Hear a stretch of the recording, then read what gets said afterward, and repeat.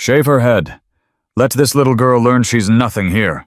The order thundered across Fort Ironclad's parade ground as the 28-year-old recruit with an empty file stood frozen before 300 soldiers. No rank, no history, just a ghost in faded fatigues. She didn't flinch as the clippers touched her scalp, accepting it like an old ritual, not punishment. Then General Theodore Vance's tablet unlocked a classified file that made his hands shake violently. He screamed words that stopped every heart on that base. "Stand down. That woman outranks everyone here, including me. If you want to see how this satisfying story unfolds, subscribe to my channel and follow until the end. Comment which city you're watching from so I can see how far my story has traveled." The transport truck groaned to a stop at the gates of Fort Ironclad, and Celine Ashford stepped down onto gravel that crunched like broken promises beneath her boots. She carried nothing but a plain duffel bag. Her hair hung in a simple ponytail, no style, no shine. Just practical. The kind of woman you'd forget 5 minutes after meeting her.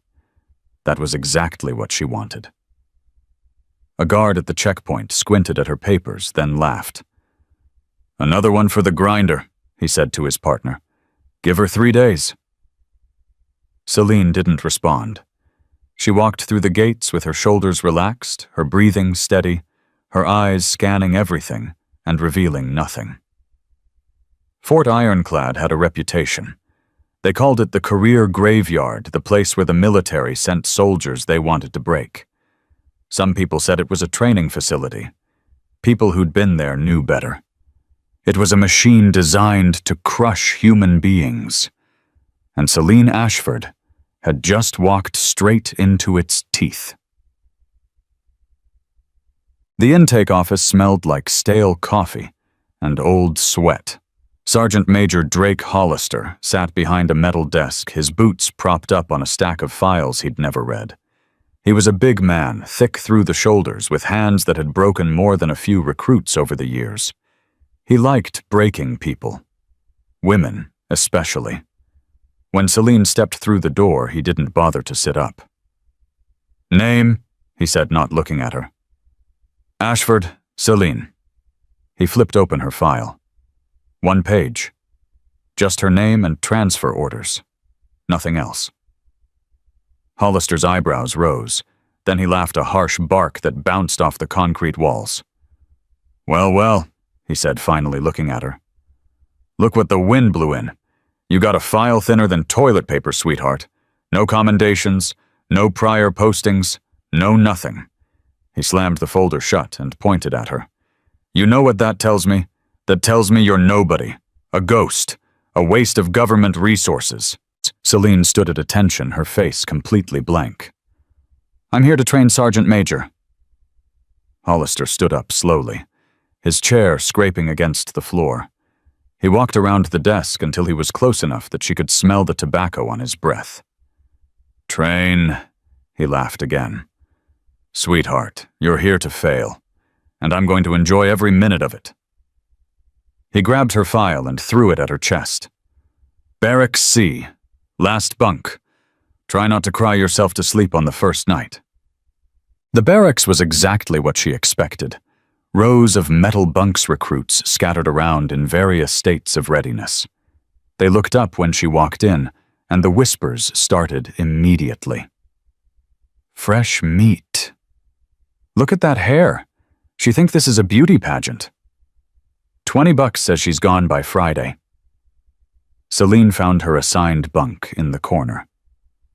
The mattress was soaked water pooling on the rusty frame.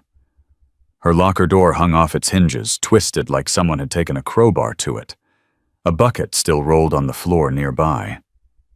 She didn't ask who did it. She didn't complain. She just set her duffel bag on the wet concrete and started stripping the bed. A woman with bleached hair and a tattoo crawling up her neck walked over arms crossed. "That's my welcome gift," she said. Hope you appreciate the effort. Celine wrung out the sheets with hands that looked deceptively delicate. Noted, she said. The woman laughed. That's it. Noted. What are you, a robot? Just tired, Celine said. Long trip. She spread the soaked sheets back on the frame, then lay down on them without a blanket, without a pillow. Her eyes closing like this was the most comfortable bed she'd ever slept in. The bleached woman stared at her for a long moment. You're weird, she finally said. I'm going to enjoy watching them break you. Celine didn't respond. She was already asleep. Or at least that's what she wanted them to think. Morning came with a bugle call that split the air like a scream. Celine was already awake. Had been for 2 hours. Her uniform was pressed perfectly despite spending the night on a wet mattress, every crease sharp enough to cut paper. The other recruits stumbled out of bed, cursing and groaning. They looked at her standing there fully dressed, fully ready, and something flickered in their eyes. Confusion. Maybe a little fear. How the hell did you... The bleached woman started. Mess hall opens in 10 minutes, Celine said, walking toward the door. You might want to hurry. The mess hall was crowded and loud, the smell of grease and burned coffee thick in the air. Celine grabbed a tray and moved down the serving line. The server looked at her, then glanced at someone behind her. A small nod. When the ladle hit her tray, it deposited a watery gray slop that might have been oatmeal in a past life. Everyone else got eggs and toast. Celine moved on without comment. She found an empty spot at the end of a long table and sat down. The moment she did, the recruits on either side of her got up and moved away. She lifted her spoon. A boot shot out from across the aisle, catching her shin. She saw it coming. She could have avoided it easily. Instead, she let herself stumble just a little. Just enough to seem human. But then someone shoved her hard from behind, and the tray went flying. Gray slop splattered across the floor. The hall went silent for one perfect moment. Then the laughter started. Lieutenant Colonel Marcus Greer stood at the officers' table watching. He was a lean man with wire-rimmed glasses, and the expression of someone who had calculated exactly how much suffering he could inflict while staying within regulations. He pointed at Celine with a gloved finger. Clean it up, recruit. And you don't get seconds. Maybe next time you'll learn to walk before you try to eat. Celine knelt on the floor, wiping up the mess with napkins, while the laughter grew louder around her. Her stomach was empty. Her face was calm. And her eyes were cataloging every single person who was laughing. The afternoon sun turned the training yard into a furnace. 300 recruits stood in formation, sweating through their uniforms. Celine stood at the end of the last row, her posture straight, but not stiff hands at her sides. Sergeant Major Hollister walked down the line, his presence like a thundercloud. He stopped in front of Celine. You know what I hate most about this job, he said, loud enough for everyone to hear. Paperwork. And you, sweetheart, are paperwork waiting to happen. He held up her file. 1 page. 1 goddamn page. You know what that means. No Sergeant Major. It means either you're so useless nobody bothered to write anything down, or... He paused, enjoying the moment. Actually, no. There's no or. You're just useless. The recruits snickered. Hollister leaned closer. I'm going to enjoy making you quit, he whispered. I'm going to enjoy it very much. The obstacle course stretched across the north end of the base, a brutal gauntlet of walls, trenches, rope climbs, and mud pits. Celine lined up with the other recruits, waiting for the signal. Hollister stood by the water station, a high-pressure hose in his hands, the kind they used for cleaning tanks. The whistle blew. Celine took off running, her pace steady and efficient. She hit the first wall, pulled herself over, dropped into the trench on the other side. She was fast, faster than she was letting herself appear. But when she reached the rope climb, Hollister was waiting. The hose hit her full in the face. The pressure was like a solid punch, snapping her head back, threatening to tear her grip from the slick ropes. Water flooded her nose, her mouth, her lungs. A normal person would have fallen. Celine locked her legs around the webbing and kept climbing. Blind. Drowning. But climbing. She crested the top, gasping, and dropped down the other side. Hollister smiled. "Disqualified," Lieutenant Colonel Greer's voice rang out from the observation platform. "Improper foothold on the rope climb. Time doesn't count." Celine stood at attention, water streaming down her face. "Yes, sir." "Do it again." She ran the course 3 times. Each time something went wrong. A foothold, a hand position, a technicality so minor it barely existed. Each time her score was erased. By the 3rd run, her lungs were burning, and her legs were shaking with tremors she refused to acknowledge.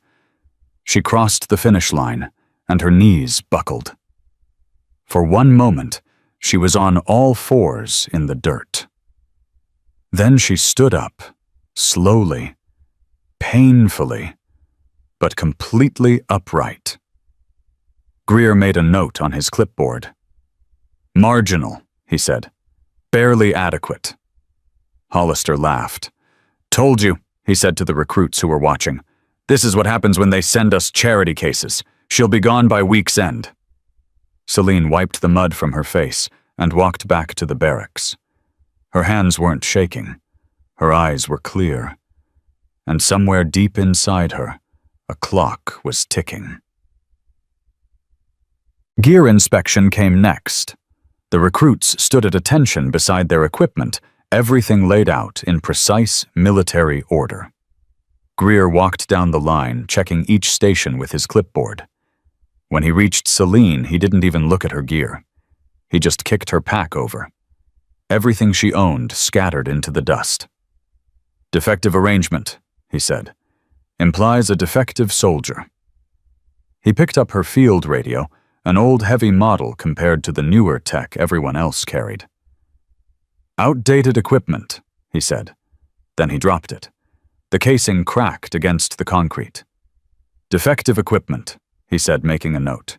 "Demerit." Celine stared at the broken radio, then looked up at him. "That radio was issued to me, sir." "Are you arguing with me, recruit?" "No, sir." "Good. Now pack everything up. You have 10 seconds. It was impossible. Physically impossible. She did it in 12. "Failed," Greer said. "You'll carry the squad's extra ammunition crates for the rest of the day. Consider it a learning experience." The ammunition crates weighed 80 pounds combined. Celine hoisted them onto her shoulders without a groan and marched at the back of the formation. The straps dug deep into her muscles. By the 2nd hour, they had broken skin. Blood soaked her collar dark red against the faded green of her uniform. No one offered to help. No one even looked at her. She kept marching. Night brought a different kind of test. Celine was in her bunk eyes closed, breathing steady. To anyone watching, she was deeply asleep. She wasn't. The footsteps came at 0200, 4 sets, moving quietly, but not quietly enough. She heard the flashlights click on, saw the red glow through her eyelids, heard the sound of soap bars being wrapped in towels. "Do it fast," someone whispered. "She won't even know what hit her." Celine waited until the first arm was mid-swing. Then she moved.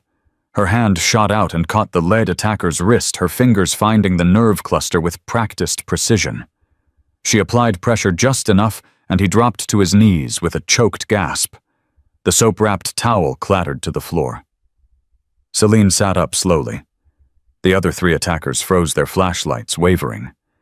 She looked at them. just looked. Her eyes caught the moonlight coming through the window, and for one moment they didn't look human. They looked like something you'd see in a nature documentary about predators. "You have two choices," she said, her voice quiet and calm. "You can leave now, or you can find out what happens when I stop being polite." Nobody moved. She released the lead attacker's wrist.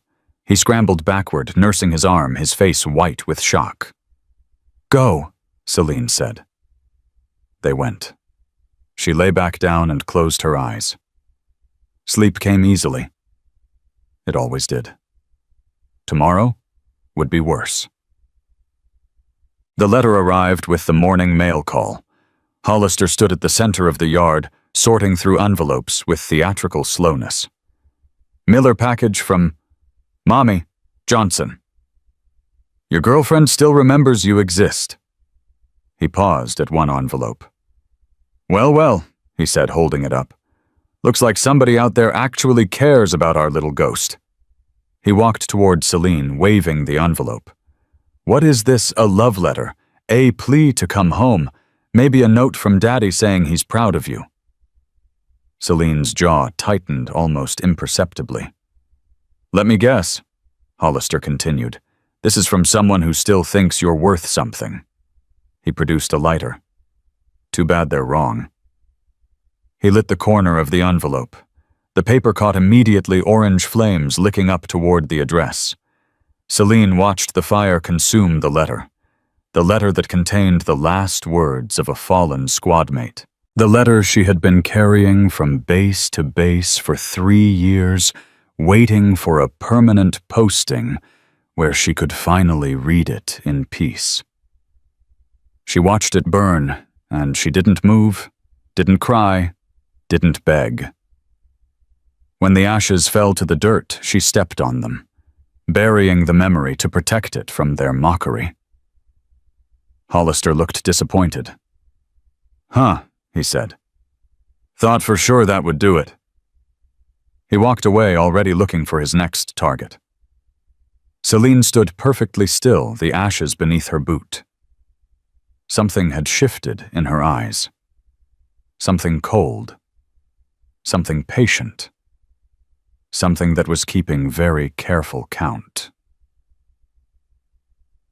The punishment came that afternoon.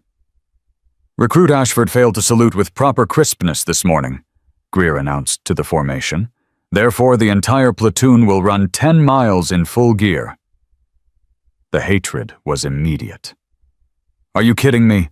This is her fault. I'm going to kill that witch."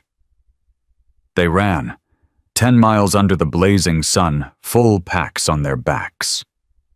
Every few minutes, someone would throw an elbow into Celine's ribs. A boot would scrape down her heels. Spit-filled insults hit her ears between gasps for air. "This is your fault. You're dead when this is over. Should have quit while you had the chance." At mile 7, someone shoved her hard toward a drainage ditch. She recovered with a rotational step that kept her moving forward. At mile 9, her legs were screaming. At mile 10, she crossed the finish line first. The same people who hated her had been forced to match her pace, and they hated her even more for it. The tactical simulation was supposed to be her final humiliation. The recruits lined up in the shooting range, rifles at the ready. Celine checked her weapon. Something was wrong. The firing pin had been filed down. The rifle would jam after every shot. She looked up at the observation booth where Greer stood with his clipboard. He was smiling. The simulation began. Targets popped up across the range. Celine pulled the trigger. Click. Nothing. Around her, the other recruits were firing steadily, racking up points. Her rifle was useless. Greer's voice came over the loudspeaker, dripping with satisfaction. "Weapon malfunction, dead recruit walking." Celine dropped to one knee. Her hands moved faster than conscious thought.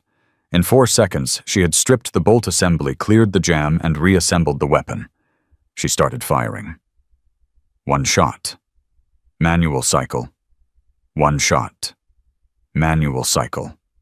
Each bullet found its target. Center mass. Perfect placement. Her fingers were bleeding from the rapid bolt manipulation, but she didn't stop. The score counter climbed higher and higher. Greer's smile disappeared. He cut the power to the targets. "Simulation malfunction," he announced. "All scores voided." Celine's perfect performance disappeared from the digital board. 0 points. She looked up at the booth. Greer stared back. Something passed between them. A recognition. He had just realized that she wasn't what she appeared to be, and she had just confirmed that they would never let her win fairly. The wound happened on the obstacle course the next day. A rusty edge, hidden in the shadows of the wall, climb sliced deep into her forearm. Blood poured from the gash, bright red against her skin. She reported to the medical tent. The medic took one look at her, then glanced at Hollister, who was sitting in the corner drinking coffee. "Stop wasting resources on scratches," the medic said, tossing her a roll of gauze. "We've got real soldiers to take care of." He turned his back. Celine walked out of the tent. She found a quiet spot behind the latrines. She pulled out her repair kit. A needle. Thread. No anesthesia. No antiseptic. She cleaned the wound with water from her canteen. Then she began to stitch. The needle pierced her skin, in and out, in and out. Her hands didn't shake. She tied off the knots with her teeth. Blood dripped onto the dirt between her boots.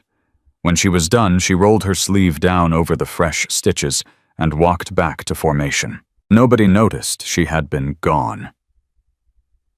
The test came without warning. Greer dragged a terrified recruit out of the line, a skinny kid named Jensen, who couldn't have weighed more than 140 pounds soaking wet. "This one is weak," Greer announced. "He's holding the unit back. He needs to learn a lesson." He shoved Jensen toward Celine. "Break his nose, recruit. That's an order." The platoon went silent. Jensen looked at Celine with eyes full of terror. "Please," he whispered. "Please don't." Celine looked at Jensen. She looked at Greer. She lowered her hands to her sides. "No, sir." The word hung in the air like a gunshot. Greer's face went red. "What did you say to me?" "I said, no, sir. I will not strike a teammate." "That's a direct order, recruit." "Then it's an unlawful order, sir. I refuse." The silence that followed was deafening. Greer's hand moved faster than anyone expected. He punched Jensen himself a brutal blow that sent the kid sprawling into the dirt, blood pouring from his nose. Then he turned on Celine. "Insubordination," he hissed, his voice shaking with rage. "Direct refusal of a lawful order. You're finished." Hollister stepped forward, circling her like a shark scenting blood. "You know what, sir? I think I know exactly what this one needs." He grabbed a strand of hair that had come loose from her ponytail. "Look at this," he said, yanking it just hard enough to sting. "Training with this mop on her head. She thinks this is a beauty pageant." The crowd murmured. "Yeah," someone shouted. "Shave it off. Make her look like a real soldier." Hollister grinned. "You hear that, little girl? The people have spoken." He signaled to an aide who brought out the clippers. The buzz filled the air like an angry swarm. "Time to strip away the pretty," Hollister said. "Time to show everyone what you really are." Celine stepped forward before they could grab her. She sat down on the metal stool they had dragged out, her hands folded in her lap. Her eyes stared straight ahead. She didn't resist. She didn't beg. She just sat there perfectly still as the clippers descended toward her head. And somewhere in the back of her mind, behind the cold mask, she wore a voice whispered, "Remember this moment. Remember every face. Remember every laugh. The reckoning is coming, and it will be magnificent." The first clump of hair hit the dirt like a fallen bird. Celine didn't move. didn't flinch. She sat on that metal stool with her hands folded in her lap, her spine straight as a rifle barrel, while Hollister worked the clippers across her scalp with deliberate slowness. He wanted her to break. He wanted tears. He wanted screaming. She gave him nothing. "Look at this, everyone," Hollister announced, holding up a fistful of dark hair. "This is what happens when you think you're special. This is what happens when you show up at my base with a blank file and an attitude." The recruits watched in silence. Some of them were smiling. Others looked away uncomfortable with what they were witnessing, but too afraid to speak. The clippers buzzed again, another strip of hair falling away. "You know what I love about this job," Hollister said, leaning close to her ear. "I love watching people realize they're not who they thought they were. I love watching the moment when everything they believed about themselves just disappears." Celine's eyes stayed fixed on a point in the distance. "Are you even listening to me, recruit?" "Yes, Sergeant Major." "Then say something. Tell me how much you hate this. Tell me you want to quit." "I'm here to train, Sergeant Major." He grabbed her jaw, forcing her head to the side. "You're here because nobody else wanted you. You're here because you're garbage, and this is where garbage ends up." She met his eyes, and for just a moment something flickered in her gaze that made him hesitate. Something that didn't belong there. Then it was gone, and she was just another recruit being humiliated in front of her peers. Hollister released her jaw and went back to work with the clippers. 2 MPs had been standing nearby, and now they moved forward, grabbing Celine's shoulders and forcing her head down. They twisted her arm behind her back, applying pressure that would have made most people scream. She adjusted her breathing and relaxed her muscles, negating the torque. "Hold her still." Hollister laughed. "Don't let the little lady squirm." He kicked the legs of the stool, making it wobble. Celine had to use her core strength to stay balanced, while the guards leaned their full weight on her. The clippers continued their work. More hair fell, and fell, and fell. Lieutenant Colonel Greer walked closer, his clipboard in hand. "Spirits appear weak," he said, making a note. "Subject shows signs of emotional suppression, likely to break within 48 hours. Celine heard every word. She filed it away with everything else. The bleached woman from the barracks pushed to the front of the crowd. "Hey, robot girl," she called out. "Still feeling tough? Still feeling special?" No response. "What's the matter? Cat got your tongue? Or did they shave that off too?" Laughter rippled through the formation. Hollister finished with the clippers and stepped back to admire his work. Celine's head was bare now, pale skin exposed to the harsh sunlight.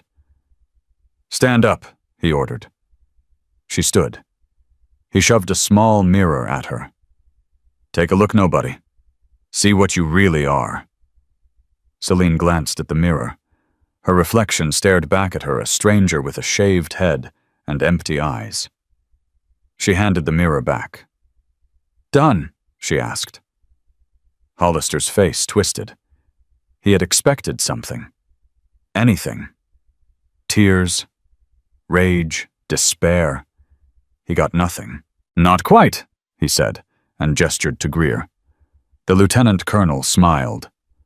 "Recruit Ashford, you are hereby assigned to permanent latrine duty for the remainder of your training. You will also serve as the unit's gear carrier ammunition bearer and general labor pool. Any questions?" "No, sir." "Good. Now get out of my sight." Celine walked away from the stool, her bare scalp catching the light with each step.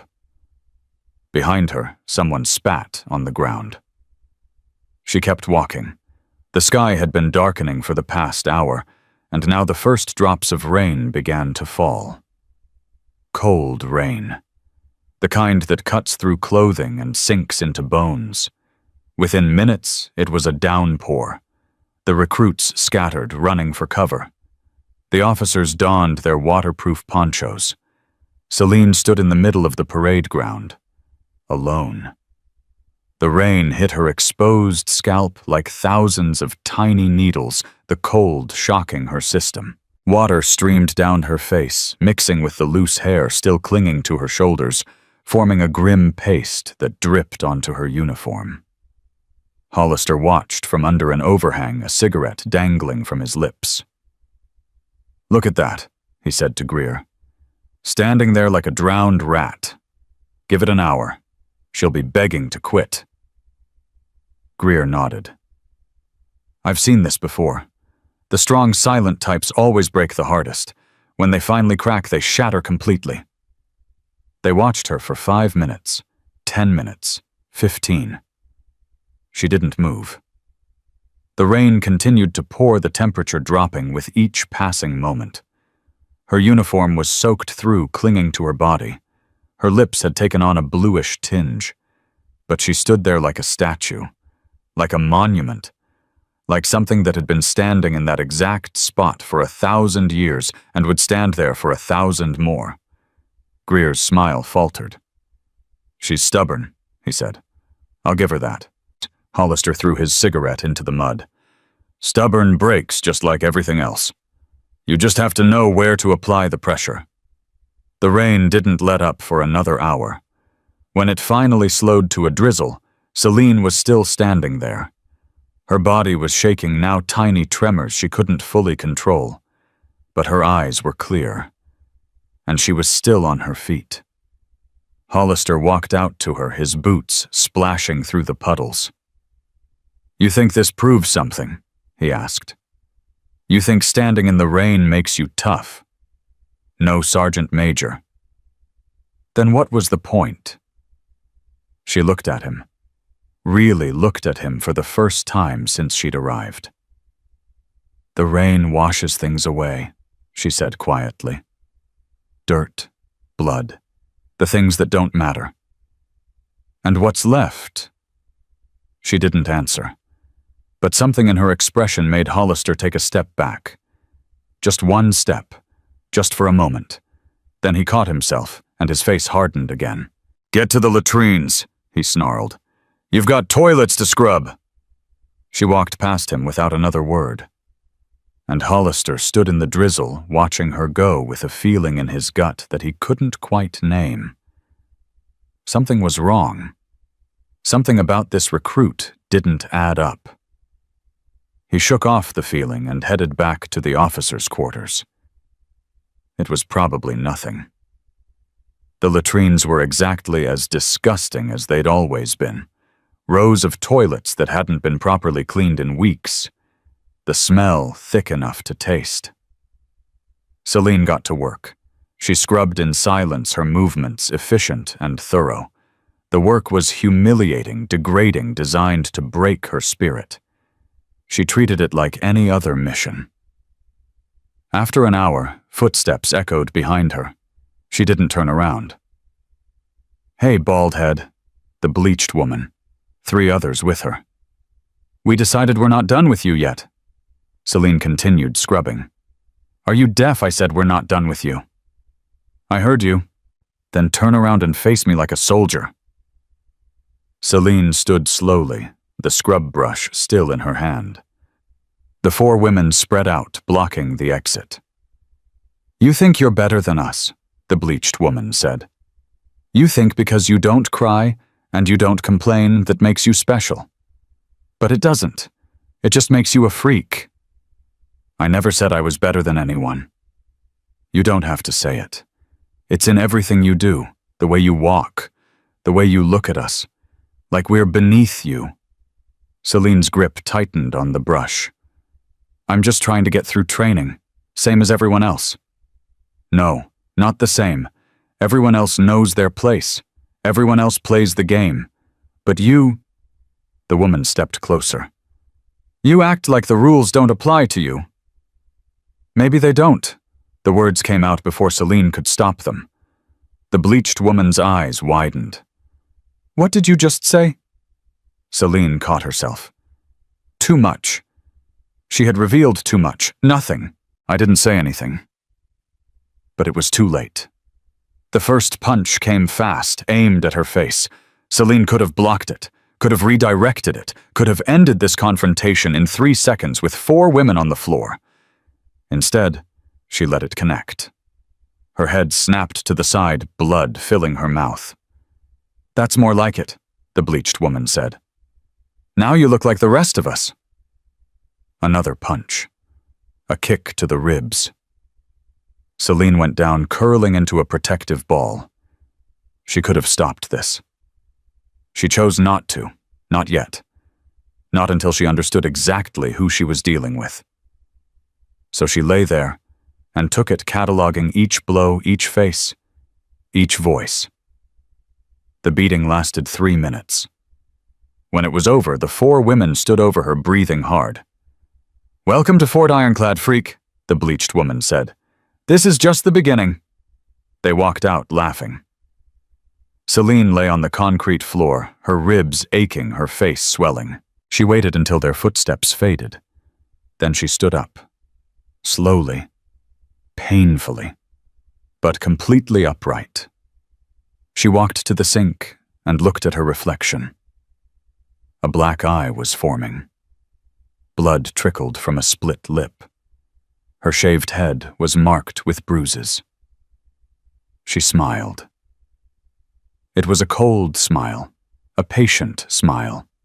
The smile of someone who was playing a much longer game than anyone realized. She cleaned herself up as best she could and went back to scrubbing the toilets. The night brought no rest. At 0300, Celine woke to the sound of footsteps again. Different this time. Heavier. Male. 6 figures surrounded her bunk. Not 4. 6. And these weren't recruits with soap bars. These were grown men, their intentions written clearly in their postures. "Heard you took a beating earlier," one of them said. "Heard you just lay there and took it. We thought we'd see what else you'd just take." Celine sat up slowly. "You don't want to do this," she said. "Oh, but we do." The lead man reached for her, and something in Celine finally snapped. Her hand shot out, catching his wrist. She twisted, using his own momentum to flip him onto the bunk frame. His head cracked against the metal with a sound like a baseball hitting a bat. He went limp. The other 5 froze. "I said," Celine whispered, standing now, her body coiled like a spring. "You don't want to do this." One of them pulled a knife. Bad decision. Celine moved like water flowing around his thrust, catching his knife hand and rotating it with a precise motion that snapped his wrist. The knife clattered to the floor as he screamed. The third man threw a punch. She caught it, stepped inside his guard, and drove her palm into his solar plexus. He collapsed, gasping for air. 3 down. 3 to go. The remaining men looked at each other. "What the hell is she?" They ran. Celine stood in the darkness, surrounded by the groaning bodies of 3 men who had thought she was prey. She picked up the knife, examined it, set it carefully on the windowsill where it would be found in the morning. Then she stepped over the unconscious bodies and walked outside. The stars were bright overhead. She needed air. She needed to think.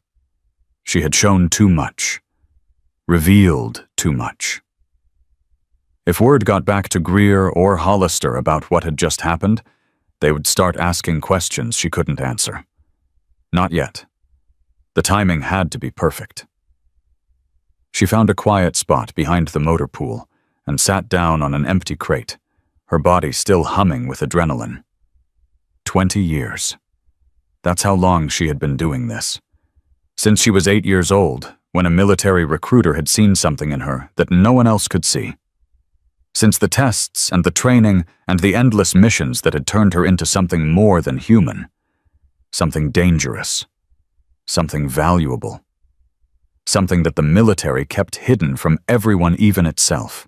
Her file wasn't empty because she was nobody. Her file was empty because what she really was couldn't be written down. And now she was here at this god-forsaken base, watching these petty tyrants abuse their power and destroy the soldiers under their command. She had seen enough. The report was already written in her head. But the mission wasn't about the report. The mission was about justice. And justice required patience. The next morning, Celine reported to formation with her bruised face and her black eye. Hollister noticed immediately. "What the hell happened to you?" "Fell down the stairs, Sergeant Major." He stared at her, knowing she was lying, not sure why. "You fall down a lot, sometimes, Sergeant Major."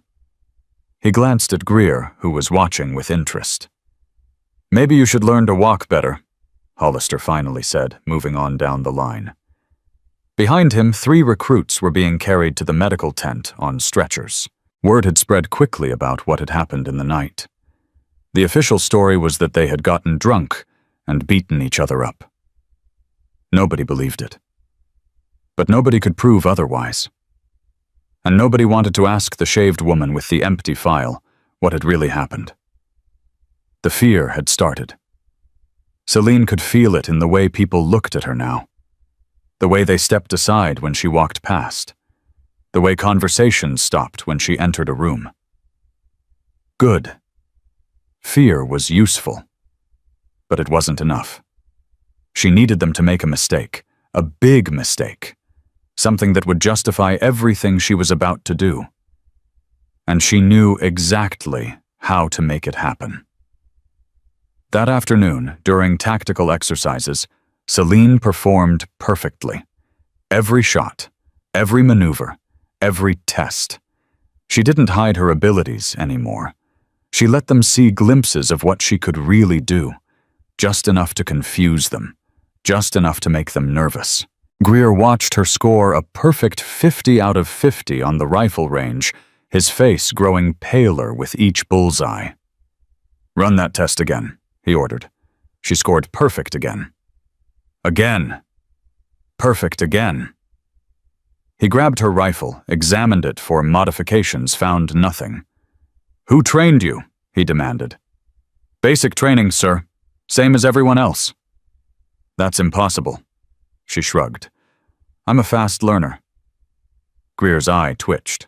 He turned to Hollister, who was watching with crossed arms. "Something's wrong here," Greer said quietly. "Nobody comes out of nowhere and shoots like that." Hollister nodded slowly. "I've been thinking the same thing. Her file is too clean, too empty, like someone erased everything. Or like everything was classified." They looked at each other. "We should contact command," Greer said. "Ask for more information." Hollister shook his head. "And admit we might have made a mistake. No way. We handle this ourselves." "How?" Hollister smiled.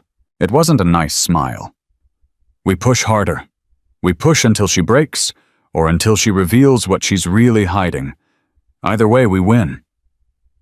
Greer nodded slowly. "And if she's actually something special, then we make sure nobody ever finds out what happened to her." They walked away, already planning. Celine watched them go, having heard every word from 30 feet away. Her hearing had always been exceptional, one of the many things not written in any file. She smiled to herself. They thought they were hunting her. They had no idea they were the prey. The trap was set. Now all she had to do was wait for them to walk into it. 3 days passed like knives. Hollister and Greer had declared open war on Celine Ashford, and they weren't bothering to hide it anymore. Every assignment, every drill, every moment of every day was designed to crush her. But something had shifted in the base. The recruits who had laughed at her shaving now walked wide circles around her bunk.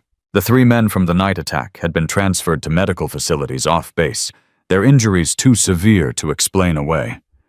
And whispers traveled through the barracks like wildfire. "Did you hear what she did to Marcus? Broke his wrist with one hand. I heard she killed someone before. That's why her file is empty. She's not normal. Nobody's that calm under pressure." Celine heard all of it. She let them talk. Fear was a weapon, and she had learned long ago that the best weapons were the ones you didn't have to use. The morning formation brought a new development. General Theodore Vance was scheduled to arrive for a quarterly inspection in 48 hours, and the entire base had gone into panic mode. Greer stood before the assembled recruits, his voice carrying across the yard. The General's visit is an opportunity to showcase the excellence of this training facility. Every uniform will be pressed. Every weapon will be polished. Every recruit will perform at peak capacity. Is that understood? Yes, sir. His eyes found Celine in the formation. Some of you, he continued, have been disappointing. Some of you have failed to meet even the most basic standards. Those individuals will be confined to support duties during the General's visit. They will not be seen. They will not be heard. They will be invisible. He smiled at her. Do I make myself clear, Recruit Ashford? Crystal clear, sir. Good. Dismissed. The formation broke apart, but Hollister grabbed Celine's arm before she could move. Not you, he said. You're coming with me. He marched her across the base to a storage building that hadn't been used in years. The door groaned open, revealing a cramped space filled with broken equipment and forgotten supplies. Your quarters for the next 48 hours, Hollister said. You'll stay here until the General leaves. No contact with anyone. No food, no water. Just you and the rats. Celine looked around the space. And if I refuse... Hollister's hand shot out, grabbing her throat. He slammed her against the wall, his face inches from hers. Then I'll tell the General you attacked me. I'll tell him you're mentally unstable. I'll tell him whatever I have to tell him to make sure you disappear forever. His grip tightened. Do you understand what I'm saying to you? Celine didn't struggle, didn't fight back. She just looked at him with those empty eyes. I understand perfectly, Sergeant Major. He released her, stepping back. Good. Now get inside. She walked into the storage building without looking back. The door slammed shut behind her. The lock clicked. Darkness swallowed everything. Hollister stood outside for a moment, listening. No crying, no screaming, no pounding on the door, just silence. He shook his head and walked away, convinced he had finally won.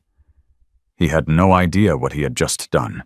Inside the storage building, Celine stood perfectly still, letting her eyes adjust to the darkness. She had been in darker places, tighter spaces, more dangerous situations. This was nothing. She explored the room, methodically cataloging everything by touch.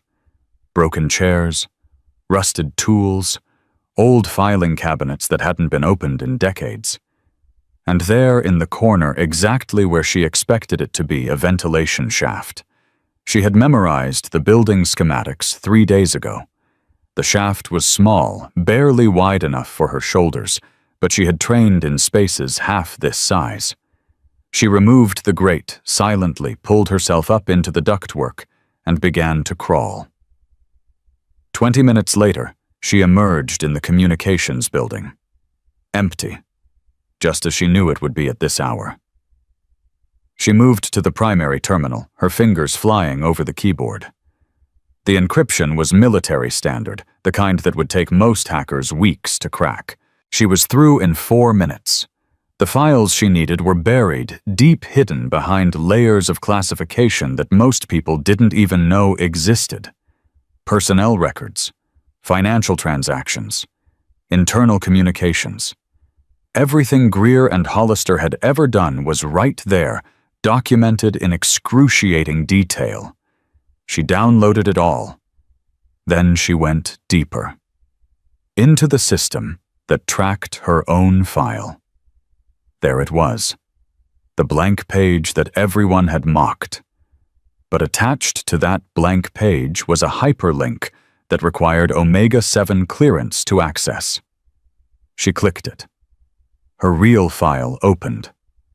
73 pages of classified operations, commendations from generals who officially didn't exist. training records that read like science fiction. And at the very top, a single notation asset class, Alpha Prime status, active authorization, direct presidential access only. She smiled. This was what they had been hiding from. This was what they would never see coming. She copied her own file to a secure external server, then erased all traces of her access. In 36 hours, when General Vance arrived, everything would be in place. She crawled back through the ventilation shaft, replaced the grate, and settled into a corner of the storage building to wait. 48 hours without food or water. She had done 96 once in a Syrian prison waiting for extraction. This was a vacation. The general arrived on schedule. His convoy rolled through the gates at 0800 sharp. 3 black SUVs with tinted windows and enough security to invade a small country. General Theodore Vance stepped out of the lead vehicle, his chest heavy with medals, his face set in the expression of a man who had seen everything and was impressed by nothing. Greer and Hollister met him at the parade ground, their salutes crisp, their uniforms immaculate. "General Vance, sir. Welcome to Fort Ironclad." "Lieutenant Colonel Greer, Sergeant Major Hollister." Vance nodded curtly. "I've heard interesting things about this facility." "All good, I hope, sir." "We'll see." The general's eyes swept across the assembled recruits. "I want to see your training records, performance metrics, disciplinary actions, everything." "Of course, sir. We have nothing to hide." Vance's aide, a young lieutenant named Chen, was already pulling out a tablet ready to take notes. "One more thing," Vance said. "I received an anonymous communication this morning. Something about a recruit with a classified file being held in isolation without authorization." Greer's face went pale. Hollister's jaw tightened. "I'm not sure what you're referring to, sir." "Really?" Vance pulled out a folded piece of paper. "Because according to this, you have a recruit named Ashford locked in a storage building without food or water. Is that true?" Silence. Greer's mind raced. How had anyone found out the building was on the far edge of the base? Nobody went there. Nobody knew. "Sir, I can explain. Get her, now!" Hollister moved fast, almost running across the base. He unlocked the storage building door and yanked it open, expecting to find Celine collapsed on the floor, dehydrated and broken. Instead, she was standing right there, waiting, clean, alert, her eyes clear and focused, like she had been expecting this exact moment. "Time to go?" she asked. Hollister grabbed her arm and marched her back to the parade ground, his mind spinning with questions he couldn't answer. General Vance watched them approach. His aide Lieutenant Chen was staring at his tablet, his face growing paler by the second. "Sir," Chen whispered. "Sir, you need to see this." "Not now. Sir, please." Something in Chen's voice made Vance pause. He took the tablet, glanced at the screen, and froze. His hand started shaking. "General?" Greer asked. "Is something wrong?" Vance looked up slowly. His eyes found Celine standing there in her dirty uniform, with her shaved head looking like every other broken recruit this base had ever produced. Except she wasn't. She wasn't anything like what they thought she was. "Lieutenant Colonel Greer," Vance said, his voice barely above a whisper. "What exactly have you been doing to this woman?" "Sir, she's just a recruit with disciplinary issues." "A recruit?" Vance laughed. It wasn't a happy sound. "Is that what you think she is? A recruit?" He turned the tablet around so Greer could see the screen. Greer's face went white. The file displayed on the screen was massive. Pages and pages of classified operations, commendations, awards, training certifications that didn't officially exist, and the clearance level at the top Omega-7, higher than Greer's, higher than Vance's, higher than almost anyone in the military. "Captain Celine Ashford," Vance read aloud, his voice carrying across the silent parade ground. Youngest officer to receive Alpha Prime designation. Author of the Crow Method Tactical Protocols. 17 confirmed solo operations in hostile territories. Direct liaison to the Joint Chiefs. And you... He looked at Greer with something like disgust. You shaved her head. You locked her in a storage building. You treated her like garbage. The silence that followed was absolute. Every recruit on that parade ground stood frozen, watching their commanding officers unravel. Hollister stepped forward, his face desperate. Sir, we didn't know. Her file was blank. There was nothing. Her file was classified, you idiot. It was blank because you didn't have the clearance to see it. Nobody at this base has the clearance to see it. I barely have the clearance to see it. Greer tried one more time. General, with all due respect, even if what you're saying is true, she still violated protocols. She still refused orders. She still what? Vance stepped closer, his voice rising. She still protected a recruit from being beaten. She still endured your abuse without complaint. She still performed at a level none of your people can match, even with sabotaged equipment and rigged tests. He pulled up another file on the tablet. I have her shooting scores, the real ones, not the ones you erased. I have footage from the obstacle course showing your people spraying her with fire hoses. I have medical records showing she stitched her own wound because your medic refused to treat her. His voice dropped to a deadly whisper. I have everything. Greer's legs buckled. He caught himself on Hollister's arm, but Hollister was shaking too badly to help. Sir, Greer said, if we could just discuss this privately. Privately. Vance laughed again. You want privacy? After what you did to her in front of 300 soldiers. He turned to Celine. Captain Ashford, front and center. She walked forward slowly, her movements precise and controlled. She stopped in front of Vance and saluted. Sir? At ease, Captain. He studied her face, the bruises that were still fading the shaved head, the calm eyes that had seen all of this coming. You want to tell me why you didn't just reveal yourself when you arrived? Orders, sir. I was sent to evaluate this facility's treatment of recruits. To do that effectively, I needed to experience it firsthand. And your evaluation? Celine turned to look at Greer and Hollister. This facility is corrupt from the top down. The commanding officers abuse their power systematically. They sabotage equipment, falsify records, and physically assault recruits who don't meet their arbitrary standards. They have created an environment where harassment is encouraged and complaints are punished. She paused. My recommendation is immediate shutdown and criminal prosecution of the officers responsible. Vance nodded slowly. I concur. He gestured to his security team. Arrest Lieutenant Colonel Greer and Sergeant Major Hollister. Charges conduct unbecoming abuse of authority assault, falsification of records, and anything else the JAG can make stick. 2 soldiers moved forward with handcuffs. Greer backed away, his hands raised. You can't do this. I have rights. I have connections. My family. Your family can visit you in Leavenworth.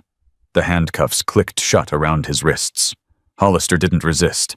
He seemed to have shut down completely, his eyes vacant, his body moving on autopilot as they cuffed him and led him away. The parade ground remained silent. 300 recruits stood in formation, watching their tormentors being dragged off in chains. And in the middle of it all stood Celine Ashford, her shaved head gleaming in the morning sun, her face completely expressionless. She had won, but she wasn't finished. Vance turned back to her. Captain, I'm assuming command of this facility temporarily. I want you to oversee the transition. With respect, sir, I have one more piece of business to handle. What's that? She turned to face the formation. 300 faces stared back at her. Some confused, some terrified, some relieved that the nightmare was finally over. She walked down the first row slowly, her eyes moving from face to face. She stopped in front of the bleached woman who had soaked her mattress on the first night. "What's your name?" The woman's voice shook. "Private Torres, ma'am." "Private Torres, you led the group that beat me in the latrines. Do you remember what you said to me?" Torres was crying, now tears streaming down her face. "I'm sorry. I'm so sorry. I didn't know. You didn't know I was someone important. That's what you're sorry for. You're not sorry for what you did. You're sorry because now there are consequences." Celine leaned closer. "If you had beaten some other recruit, some real nobody, would you be sorry then?" Torres couldn't answer. "That's what I thought." Celine stepped back. "You're not being arrested, Private Torres. None of you are being arrested. What you did was terrible, but you were following the example set by your leadership. You were doing what this place taught you to do." She raised her voice so everyone could hear. "But I want you to remember this moment. I want you to remember what it feels like when the people you abused turn out to be more powerful than you. I want you to remember this feeling every time you're tempted to look down on someone because they seem weak or different or unimportant." She walked back to the center of the formation. "Because you never know who you're really dealing with. You never know what someone has survived or what they're capable of. You never know if the person you're treating like garbage today will be the person deciding your fate tomorrow." She looked at Torres. "I'm giving you a chance to be better. Don't waste it." Then she turned and walked away, leaving 300 soldiers standing in stunned silence. General Vance fell into step beside her. "That was generous," he said quietly. "That was practical," she replied. "Punishing the followers doesn't fix the system. You have to change the leadership." "And you think they'll actually change?" She glanced back at the formation. "Some of them will. Some of them will remember this day for the rest of their lives and become better officers because of it. And the ones who don't..." Celine smiled. It was the first real smile she had allowed herself since arriving at Fort Ironclad. "The ones who don't will make the same mistakes again. And when they do, someone like me will be there to stop them." She paused at the edge of the parade ground, looking out over the base that had tried so hard to break her. "That's how it works, General. That's how it has always worked. The strong prey on the weak until someone stronger comes along to teach them better." She touched her shaved head absently. "They wanted to strip away everything that made me look special. My hair, my record, my rank. They thought if they could make me look like nothing, I would become nothing." Her hand dropped to her side. "They didn't understand that everything they took away was just window dressing. The real me, the thing that made me dangerous, was never something they could shave off, or lock away, or beat out of me." She looked at Vance. "It's in here." She tapped her temple. "And here." She tapped her heart. "And they never even knew it was there?" Vance nodded slowly. "The Pentagon is going to want a full debrief." "I know. There will be questions about your methods, about why you let them go as far as they did. I know that too.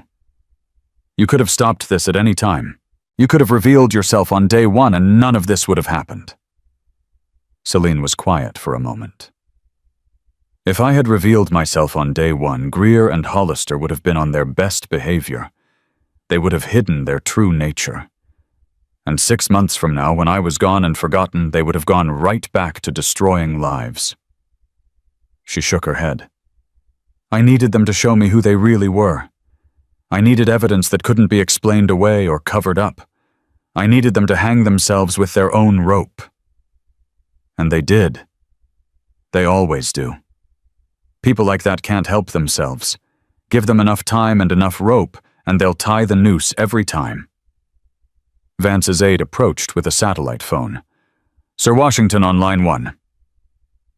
The general took the phone, glancing at Celine one more time. For what it's worth, Captain, I'm glad you're on our side. She watched him walk away, already talking to people whose names she would never know about things that would never be written down. The sun was climbing higher now, burning away the morning mist. Behind her, Fort Ironclad was beginning its transformation. MPs were securing evidence. JAG officers were taking statements. The machinery of military justice was grinding into motion. And somewhere in a holding cell, Greer and Hollister were finally understanding what they had done. They had shaved the head of a ghost. They had locked away a weapon. They had tried to break something that was designed to be unbreakable. And now they would pay the price. Celine walked toward the barracks where her duffel bag still sat on that rusted bunk. She had work to do. The mission was complete, but the real work was just beginning. Someone had to rebuild this place. Someone had to teach these recruits what real leadership looked like. Someone had to make sure that what happened here would never happen again, and that someone was going to be her. The holding cells beneath Fort Ironclad's administrative building had never held officers before. Greer sat on the concrete bench, his head in his hands, still wearing the uniform he had pressed so carefully that morning for the general's inspection. The medals on his chest seemed to mock him now, each one a reminder of the career he had just watched crumble to dust. Hollister paced the adjacent cell like a caged animal, his boots scraping against the floor with every turn. "This isn't over," Hollister muttered. "This can't be over. I've got 23 years in. 23 years. They can't just throw that away because of some what?" Greer's voice was hollow. "Some captain with clearance levels we didn't even know existed. Some woman we shaved and starved and beat because we thought she was nobody. We didn't know." "That's the point, you idiot." Greer looked up, his eyes red-rimmed. "We didn't know. We never asked. We just saw someone who looked weak and decided to destroy her." Hollister stopped pacing. "She set us up. From the moment she walked through those gates, she was setting us up." "No." Greer shook his head slowly. "We set ourselves up.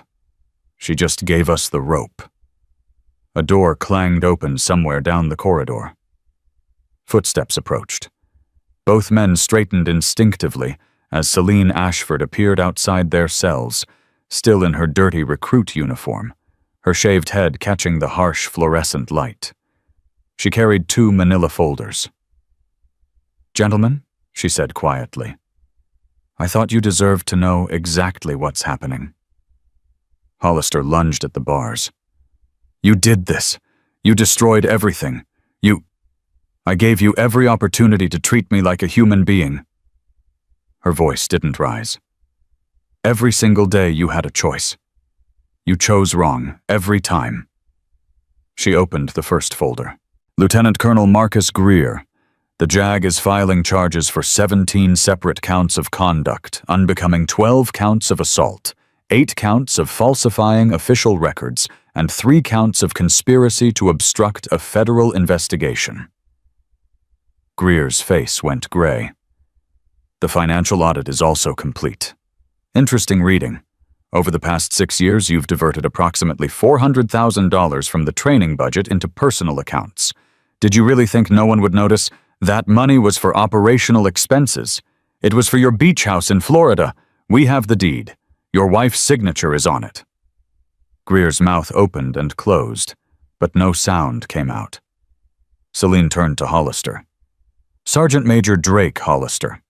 Your charges include everything the lieutenant colonel is facing, plus 14 additional counts of physical assault against recruits, 6 counts of sexual harassment, and 1 count of attempted murder." Hollister's face twisted. "Attempted murder? What the hell are you talking about?" "Private Jessica Mendez. 3 years ago. She reported you for inappropriate conduct. 2 days later, she fell from the obstacle course tower. Broke her spine. Paralyzed from the waist down. That was an accident. We have a witness now. Someone who saw you loosen the safety harness before she climbed." Hollister grabbed the bars so hard his knuckles went white. "That's a lie? That's a goddamn lie! Who would say that? Who would? Private Torres, the woman with the bleached hair. She saw everything. She's been carrying that guilt for 3 years, and today she finally told the truth." The color drained from Hollister's face. "Torres wouldn't. She's loyal. She's terrified of spending the rest of her life knowing she helped cover up a crime. People talk when they're scared, Sergeant Major. They talk to save themselves." Celine closed both folders. "You wanted to know what happens next? Here it is. Court-martial within 30 days. Maximum sentences for both of you. Greer, you're looking at 15 to 20 years. Hollister, if the attempted murder charge sticks, you'll die in Leavenworth." She turned to leave. "Wait." Greer's voice cracked. "Wait. Please." She stopped, but didn't turn around. "I have a family. Children. They didn't do anything wrong. If I cooperate, if I testify against others in the system, can you help them?" Celine was quiet for a long moment. "Your children will be taken care of. Your pension is forfeit, but the military doesn't punish families for the sins of their fathers. And me, is there anything? You had 300 chances to show mercy, Lieutenant Colonel. You showed none. Why should I show you any?" She walked away without looking back. Behind her, Greer slumped against the wall of his cell, finally understanding that his life was truly over. Hollister screamed obscenities until his voice gave out. Neither of them heard the cell door at the end of the corridor open and close as Celine disappeared into the light. The administrative building had been transformed into a command center. MPs were everywhere, securing evidence, taking statements, coordinating with JAG officers who had been flown in from Washington. The scale of the investigation had grown beyond anyone's expectations. Fort Ironclad wasn't just corrupt. It was rotten to the core. General Vance stood at the center of the chaos, fielding calls from Pentagon officials who wanted answers and didn't want to wait. "Yes, Senator, I understand your concerns. No, Senator, I can't comment on ongoing investigations. Yes, Senator, I'm aware that this reflects poorly on the entire military. I assure you we're handling it." He hung up, and immediately his phone rang again. "Sir." Lieutenant Chen appeared at his elbow. "Captain Ashford is asking to see you." "Send her in." Celine entered the room looking like she'd been awake for a week, which wasn't far from the truth. But her eyes were still sharp, still focused. "General, I have an update on the secondary investigation." "Secondary investigation." She handed him a tablet. "Fort Ironclad isn't the only facility with this problem. Greer and Hollister were part of a network. 7 training bases across the country, all connected. Same patterns, same abuse, same cover-ups." Vance scrolled through the data, his face growing darker with each page. "My God. This goes up to 3 generals, 12 colonels, 47 officers at various ranks, all connected, all protecting each other. How did you find this?" "I've been tracking them for 2 years. Fort Ironclad was the final piece of evidence I needed." Vance looked up from the tablet. "You mean this whole operation? Everything you went through here, it wasn't just about this base?" "No, sir. This base was the tip of the iceberg. Now we have enough to bring down the whole thing." He stared at her for a long moment. "The Pentagon isn't going to like this." "The Pentagon doesn't have to like it. They just have to deal with it. There will be pushback, political pressure. People will try to bury this." "Let them try." Celine's voice was steel. "Every file is backed up in 17 locations. Every piece of evidence has been distributed to trusted parties. If anything happens to me, if this investigation gets shut down, everything goes public. Every news outlet in the country, every foreign government that would love to see us embarrassed. Everything." Vance set the tablet down slowly. "You've been planning this for a long time." Since I was 22. Since I watched a commanding officer destroy a soldier's career because she wouldn't sleep with him. Since I learned that there was no one to report these things to because everyone was in on it. She met his eyes. She met his.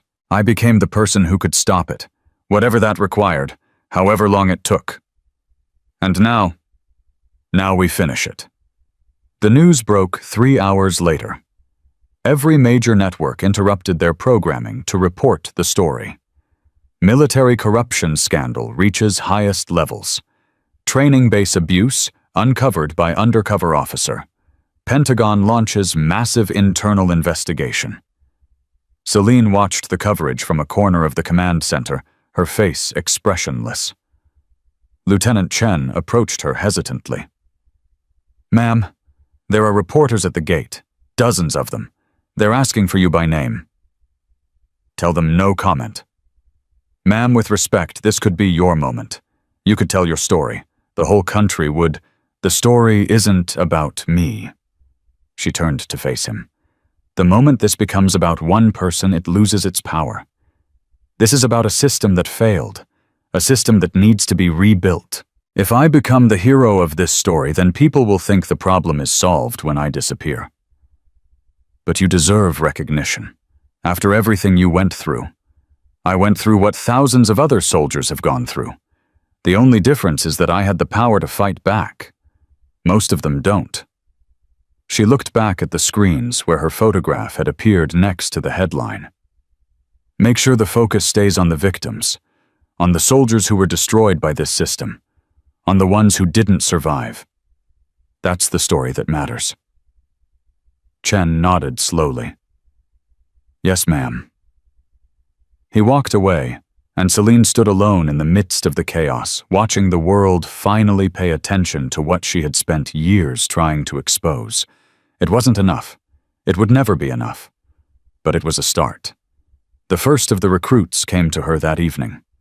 Private Torres, her bleached hair hanging limply around her face, her eyes swollen from crying. She stood at attention outside Celine's temporary office, unable to meet her eyes. "Ma'am, I needed to. At ease, Private. Sit down." Torres collapsed into the chair across the desk, her composure crumbling. "I testified against Hollister, about what he did to Mendez. I saw it happen and I never said anything. For 3 years I kept quiet because I was scared." "You spoke up now. That took courage." "It took you. Seeing what they did to you, seeing how you never broke it, made me realize what a coward I've been." Celine leaned forward. "You're not a coward, Private. You were a victim of the same system that hurt everyone else. The only difference is that you had power you didn't know how to use. The other recruits hate me now. They say I'm a snitch. They say what frightened people always say when someone tells the truth. Give it time. Some of them will come around. Some won't. That's not something you can control." Torres wiped her eyes. "What do I do now? How do I become someone I'm not ashamed of?" Celine was quiet for a moment. "You start by forgiving yourself. Not for what you did, but for what you didn't do. You were 20 years old when Mendez fell. You were scared. That's human. It doesn't feel human. It feels monstrous. The monsters don't feel guilt, Private. The fact that you're sitting here crying proves you're not one of them." Torres looked up, hope flickering in her eyes. "Do you really believe that?" "I believe that everyone deserves a second chance. I believe that what you do tomorrow matters more than what you did yesterday. And I believe that you have the potential to be an excellent soldier if you stop letting your past define your future." Torres straightened in her chair. "I want to be better. I want to make this right."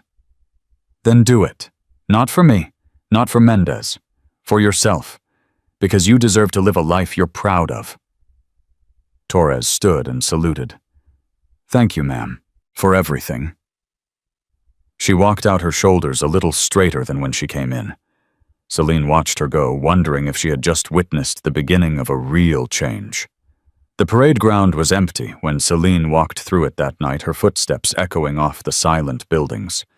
The base felt different now. The oppressive weight that had hung over everything was lifting, replaced by something that felt almost like hope. She stopped at the spot where they had shaved her head. The metal stool was still there, forgotten in the chaos of the past 2 days. She picked it up, feeling its weight in her hands. Such a small thing, such a simple piece of furniture, and yet it represented everything this place had been. A tool of humiliation, a symbol of power abused. She carried it to the edge of the parade ground and set it down next to a waste container. Tomorrow, someone would throw it away, and that would be the end of it. A figure approached from the shadows. Couldn't sleep either. It was Corporal Jensen, the skinny kid that Greer had ordered her to beat. His nose was still swollen, still bearing the marks of the punch he had taken for her refusal. Too much to think about, Celine admitted. Jensen stood beside her, looking out over the base.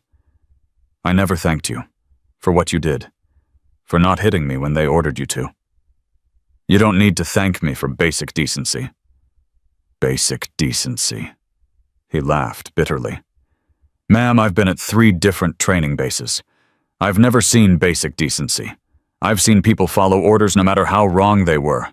I've seen soldiers destroy each other just to stay on the good side of someone with rank. He turned to face her. What you did wasn't basic. It was extraordinary. And I'll remember it for the rest of my life. Celine didn't know what to say. She had spent so long being the weapon, being the tool that others pointed at targets, that she had forgotten what it felt like to be seen as something more. Jensen, what do you want to do with your military career? He blinked, surprised by the question. I don't know, ma'am. Survive, I guess. Get through training. Try not to get killed. That's not a career. That's existence. It's all I've ever known. She studied him for a moment.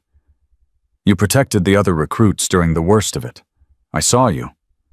When Hollister was looking for someone to target you, drew his attention to yourself, so he'd leave the weaker ones alone. Jensen's face reddened. Anyone would have done that. No, they wouldn't. Most people protect themselves first. You protected others. That's rare. That's valuable. What are you saying? I'm saying that when this is over, when the new command structure is in place, I'm going to recommend you for leadership training. You have potential, real potential, the kind that doesn't come along often. Jensen stared at her. Ma'am, I'm nobody. I'm just a skinny kid from Oklahoma who joined the army because there weren't any jobs at home. You're what you choose to be. Nothing more, nothing less. She started walking back toward the barracks. Get some sleep, Corporal. Tomorrow is going to be a long day. Jensen watched her go, still processing what had just happened. For the first time in his life, someone had looked at him and seen something worth believing in. He stood alone in the darkness for a long time, wondering if it was possible that she was right, wondering if he could become the person she seemed to think he already was. The phone call came at 0400. Celine answered on the first ring. Captain Ashford. Captain, this is Director Morrison, National Security Council. We need to talk about your investigation. She sat up in her bunk, instantly alert. I'm listening. The evidence you've gathered is extensive, perhaps too extensive. There are people on your list who have connections, political connections, the kind that can make problems disappear. Is that a threat, Director? It's a reality check. You've done excellent work. The military is grateful, but there are limits to how far this can go.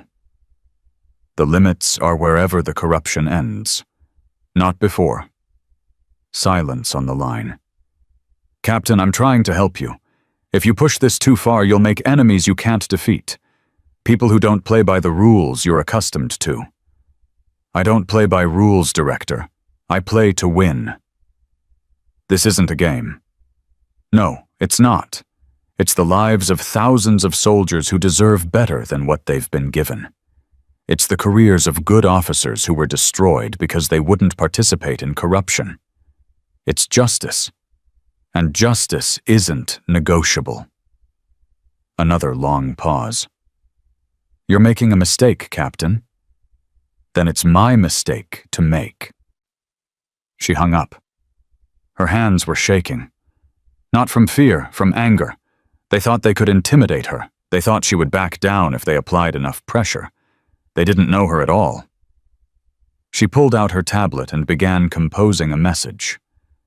By the time the sun rose, 17 different journalists had received encrypted files containing evidence that couldn't be suppressed, couldn't be buried, couldn't be made to disappear.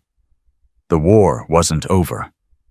But she had just fired the shot that would make retreat impossible. For anyone. The files hit every major news outlet at exactly 0600. By 0630, the story had gone viral. By 0700, 3 senators had issued statements demanding immediate congressional hearings. By 800, the Pentagon's switchboard had crashed from the volume of calls. And by 900, Director Morrison's black SUV pulled through the gates of Fort Ironclad, flanked by 4 identical vehicles filled with men in dark suits who didn't smile. Celine watched them arrive from the window of the command center. General Vance stood beside her, his face grim. You know why they're here. I know. They're going to try to shut this down, classify everything, make it disappear. They can try. The convoy stopped. Morrison emerged from the lead vehicle, a tall man with silver hair and the cold eyes of someone who had made careers vanish with a single phone call. He walked toward the building with the confidence of a man who had never lost a battle. He was about to learn what losing felt like. The confrontation happened in Vance's office. Morrison didn't bother with pleasantries. Captain Ashford, you have committed multiple violations of national security protocols. You leaked classified information to unauthorized parties. You endangered ongoing intelligence operations. I exposed corruption that your office has been protecting for over a decade. Morrison's jaw tightened. That is a serious accusation. I have serious evidence. She pulled out her tablet and placed it on the desk between them. 6 months ago, your office received a report documenting abuse at Fort Ironclad. You buried it. 8 months before that, a similar report from Fort Henderson. Buried. 14 months before that, allegations against General Patterson at Camp Morrison. Also buried. She scrolled through the files. I have records of every complaint that crossed your desk, every investigation that was quietly closed, every victim who was silenced, transferred, or forced out of the military because they dared to speak up. Morrison's face had gone pale, but his voice remained steady. Those decisions were made for national security reasons. Those decisions were made to protect powerful men who happened to be your friends. She stood up, her chair scraping against the floor. General Patterson is your brother-in-law. Colonel Vickers plays golf with you every Sunday. Admiral Chen's daughter is engaged to your son. She leaned across the desk. This isn't national security. This is a protection racket. And it ends today. Morrison rose to meet her, his composure finally cracking. You think you can take me down? You think a few leaked files are going to matter? I have connections you can't imagine. I have power you can't comprehend. I can make your life a living... Sir. The voice came from the doorway. Lieutenant Chen stood there, his tablet in hand, his face pale but determined. Sir, you should see this. He turned the tablet around. The screen showed a live congressional hearing. The banner at the bottom read, Emergency Session, Military Corruption Investigation. And sitting at the witness table surrounded by cameras and microphones was Private Torres. Morrison's face went white. That's not possible. How did she... I sent her, Celine said quietly. Last night, with copies of everything. The Senate Armed Services Committee was very interested in what she had to say. On the screen, Torres was speaking, her voice steady despite the obvious terror in her eyes. I witnessed Sergeant Major Hollister sabotage Private Mendez's safety harness. I watched her fall. I heard her scream, and I said nothing for 3 years because I was afraid of what would happen to me if I spoke up. A senator leaned forward. Private Torres, who told you to keep silent. Everyone, sir. The entire chain of command. They said if I talked, I would be destroyed. They said no one would believe me. They said the people responsible had connections that went all the way to Washington. And do you have evidence to support these claims? Torres pulled out a thick folder. I have everything, sir. Names, dates, recordings, financial transactions, everything. Morrison grabbed for his phone. I need to make a call. Your phone won't work. Celine's voice was calm. I had the signal jammers activated 15 minutes ago. Standard security protocol for a facility under investigation. Morrison stared at her. You planned this. I've been planning this for 6 years. You're not the first person who tried to stop me. You won't be the last. But you will fail just like all the others. The door opened again. This time it was MPs, 4 of them with handcuffs. Director Morrison. The lead MP stepped forward. By order of the Senate Armed Services Committee, you are hereby detained pending investigation into obstruction of justice, conspiracy, and abuse of power. Morrison backed away. You can't do this. I have immunity. You have the right to remain silent. The MP grabbed his arm. I suggest you use it. They cuffed him. They let him out. And just like that, the man who had spent 15 years protecting predators was gone. Celine stood at the window, watching Morrison's SUV disappear through the gates this time, with its owner in the back seat in handcuffs. Vance approached her slowly. It's really over, isn't it? This part is over. The network is exposed. The key players are in custody. The evidence is public. But, she turned to face him. But systems don't change overnight. There will be resistance. There will be people who try to rebuild what we've torn down. There will be new predators who rise to fill the vacuum. So what do? We stay vigilant. We keep watching. We train the next generation to be better than we were. She looked back out the window. And when the next crisis comes, we'll be ready. The congressional hearings lasted 3 weeks. Celine testified for 4 days. She told them everything. The abuse she had witnessed, the systems that enabled it, the people who had protected the predators and punished the victims. She named names. She provided evidence. She held nothing back. When she was finished, the committee sat in stunned silence. Finally, the chairman spoke. Captain Ashford, on behalf of the United States Senate, I want to thank you for your courage. What you've done here today, what you've sacrificed, will save countless lives. With respect, sir, I didn't do this for thanks. I did it because it was right. Nevertheless, you deserve recognition. The President has authorized your immediate promotion to the rank of colonel. There's also been discussion of a Medal of Honor nomination. Celine shook her head. I appreciate the offer, sir, but I'd prefer if you used those resources elsewhere. Elsewhere, there are soldiers who were destroyed by this system. Careers ended. Lives ruined.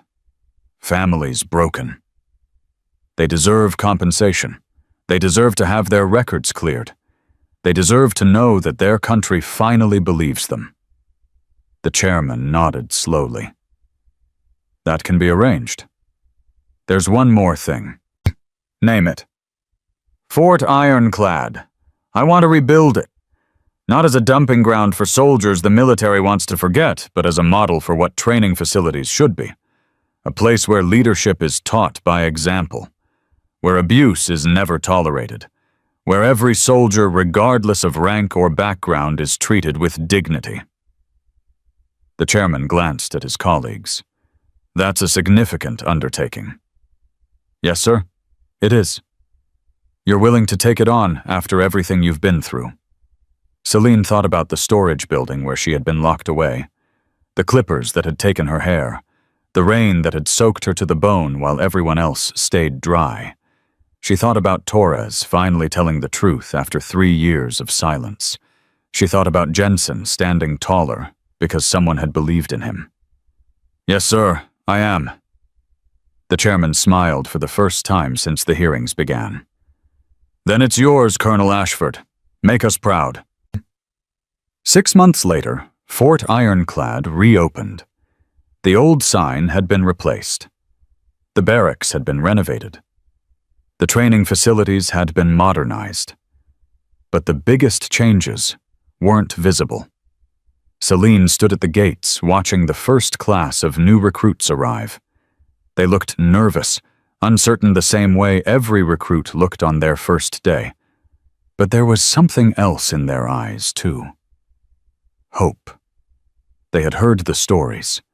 They knew what had happened here. They knew that this place had been transformed from a nightmare into something better. And they had chosen to come anyway. Lieutenant Torres appeared at Celine's side, not Private Torres anymore. She had been promoted twice in 6 months, her courage during the hearings earning her recognition she had never sought. The recruits are assembled, Colonel. Thank you, Lieutenant. Celine walked toward the formation, her boots crunching on the same gravel that had witnessed her humiliation all those months ago. Her hair had grown back, but she kept it short now. A reminder of what she had survived. A symbol of what she had overcome. She stopped in front of the recruits and let the silence stretch. My name is Colonel Celine Ashford. 6 months ago, I stood where you're standing now. I was shaved, beaten, starved, and locked in a storage building. I was called worthless. I was told I was garbage. She paused. The people who did those things to me are in prison now. The system that protected them has been dismantled. But the work isn't finished. It will never be finished. She walked down the line, looking at each face. Some of you are here because you had nowhere else to go. Some of you are here because you believe in something bigger than yourselves. Some of you don't know why you're here yet. She stopped at the end of the line. It doesn't matter why you came. What matters is what you do now. Every day you will have choices to make. You will see others struggle, and you will decide whether to help them or ignore them. You will see injustice, and you will decide whether to speak up or stay silent. She turned to face them all. The old Fort Ironclad taught soldiers to be cruel, to follow orders without question, to destroy anyone who was different or weak. Her voice rose. That Fort Ironclad is dead. This place, the place you're standing in right now, teaches something different. Here you will learn that true strength isn't about dominating others. It's about protecting them. It's about standing up for what's right, even when it costs you everything. She touched her short hair. They shaved my head because they thought it would break me. They didn't understand that everything they could take away was never what made me strong. She pointed at her temple. Strength is here. She pointed at her heart. And here. She dropped her hand. They can't shave that away. They can't beat it out of you. They can't starve it or lock it up or make it disappear. She looked at the recruits one last time. You are not worthless. You are not garbage. You are soldiers, and soldiers protect each other. She stepped back. Dismissed. The formation broke apart, recruits moving toward their assigned barracks with something new in their posture. Something that looked like pride. Torres approached her. That was quite a speech, Colonel. It was the truth, nothing more. Still, I think you got through to them. Celine watched the recruits disappear into the barracks. Time will tell. Jensen appeared from the administrative building, now wearing the insignia of a second lieutenant. His leadership training was almost complete, and he had exceeded every expectation. "Colonel, you have a call from Washington, the Secretary of Defense." "Tell him I'll call back." Jensen hesitated. He said it was urgent. "It's always urgent with them." She smiled slightly. "Give me 5 minutes." Jensen nodded and headed back inside. Selena stood alone in the center of the parade ground, the same spot where they had shaved her head, where they had tried to strip away everything that made her who she was. The metal stool was gone. The clippers were gone. The men who had wielded them were in prison. But she was still here, still standing, still fighting. Her phone buzzed. A text from an unknown number. She opened it. "Colonel Ashford, we have a situation at Camp Reynolds. Similar patterns to Fort Ironclad. Similar protection from above. Soldiers are being destroyed. No one is listening. Please help." She read the message twice. Then she forwarded it to General Vance with a single note. "We're not finished." Because they never would be. There would always be another Fort Ironclad. Another Camp Reynolds. Another place where power was abused and the vulnerable were crushed. And there would always be someone like her. Someone who refused to look away. Someone who couldn't be broken. Someone who understood that the real battle wasn't against any individual tyrant, but against the darkness that lived in human hearts. The darkness that made people believe they could treat others like garbage because no one was watching. She was watching now. She would always be watching. And anyone who thought they could abuse their power without consequences was about to learn the same lesson that Greer and Hollister and Morrison had learned. The lesson that 300 soldiers at Fort Ironclad had witnessed with their own eyes.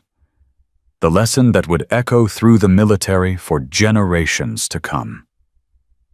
You never know who you're really dealing with. You never know what someone has survived. You never know who is standing in front of you, waiting for you to make a mistake. So treat everyone with dignity. Treat everyone with respect. Because the person you dismiss as nothing today might be the one who decides your fate tomorrow. Celine Ashford walked back toward the administrative building, ready to answer the secretary's call, ready to face whatever came next. Her hair would grow back. Her bruises had healed. But the fire inside her, the fire that had carried her through every moment of abuse and humiliation and pain, would never go out. It burned brighter now than ever before. And it would continue burning until every soldier in every base, in every corner of the military knew one simple truth. They were not alone. They were not forgotten. And they were never ever worthless. Because somewhere out there, someone was watching. Someone was listening. Someone was ready to fight for them. And that someone would never stand down.